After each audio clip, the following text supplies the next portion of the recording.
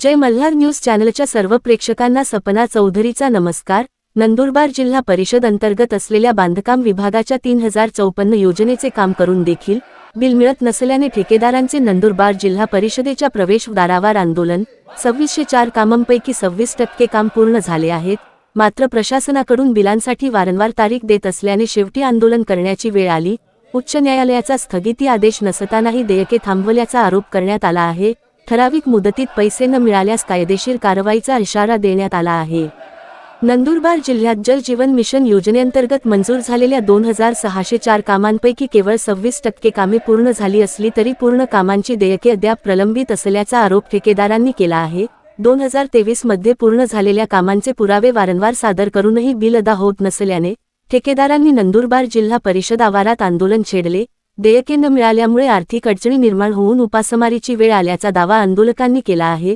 उच्च न्यायालयाने देयके थांबवण्याचे कोणतेही आदेश दिले नसतानाही प्रशासनाकडून दुर्लक्ष होत असल्याचा आरोप करण्यात आला। ठराविक मुदतीत देयके न मिळाल्यास कायदेशीर कारवाईचा इशाराही देण्यात आला असून या प्रकरणामुळे जिल्हा प्रशासनाच्या कार्यपद्धतीवर प्रश्नचिन्ह निर्माण झाले आहे। सपना चौधरी, जय मल्हार न्यूज, नंदुरबार। जे बिल 2023 पासून 30, 54, 27, 22 या हेडचे थकीत करण्यात आलेले आहे। आम्ही ते काम करत असताना आम्ही आरे बिल काढले होते। आरे बिल काढल्यानंतर त्या कामाची सकल चौकशी झाली। चौकशी झाल्यानंतर बांधकाम विभागामार्फत त्या सगळ्या कामाची चौकशी, फोटो, व्हिडिओज, एसक्यूएम वगैरे सगळं फायली वगैरे सगळं पूर्ण हे करून डिपार्टमेंटला जमा करण्यात आले। नंतर 28/3/25 ला कोर्टातून आदेश आला की हे बिल अकाउंटिंग पर्पज साठी देण्यात यावे। मग त्याच्यानंतर कलेक्टर ऑफिस मधून आमचे एमबी बिल वगैरे ते सगळं झेरॉक्स वगैरे काढून मग कलेक्टर मॅडमांचा लेखी आदेश आला की हे बिल अकाउंटिंग पर्पज साठी किंवा हे अदा करण्यात यावे। त्याच्यानंतर जिल्हा परिषद मध्ये बांधकाम विभाग, नंतर पूर्ण लेखा अधिकारी वगैरे सगळं पूर्ण बिल वगैरे चेक होऊन एफडी मध्ये गेल्यानंतर एफडी मध्ये अचानक ते बिल थांबवण्यात आले।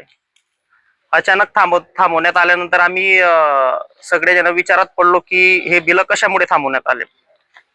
आम्हाला कोणताही निर्णय दिला नाही, काही दिला नाही, कोर्टाचे आदेश नाही की हे बिल कशामुळे थांबवण्यात यावे, काहीच नाही। एकदम मनमानी कारभार, जिल्हा परिषदच्या एकदम मनमानी कारभारामुळे हे बिल थांबवण्यात आलेले आहेत। आणि सदर आम्ही सगळे सुभेचे ठेकेदार जे आहेत, आमचे हप्ते थकलेले आहेत, आमच्याकडे आमचं गोल्ड लोन झालेलं आहे, सगळं आमच्याकडे 1 रुपयाही काही शिल्लक नाहीये। व्याजवाले आमच्या घरी दररोज फेऱ्या मारत असतात। मग आम्ही त्याच्या संदर्भात जिल्हा परिषदला आम्ही आत्मदहनसाठी पत्र दिलं होतं आणि आज आंदोलनास आलेलो होतो। पण ऍडिशनल सीओ साहेबांनी आले असता ते म्हणे आम्ही तुम्हाला लेखी देऊ शकत नाही, ते आम्हाला तोंडी सूचना देत होते। सदर आम्हाला लेखी सूचना पाहिजे। जिल्हा परिषदचा मनमानी कारभार आहे आणि कोणाच्या दबावाखाली हे थांबवण्यात येतंय ते आम्हाला स्पष्टता द्यावी। आम्हाला आत्महत्येशिवाय काही पर्याय नाही।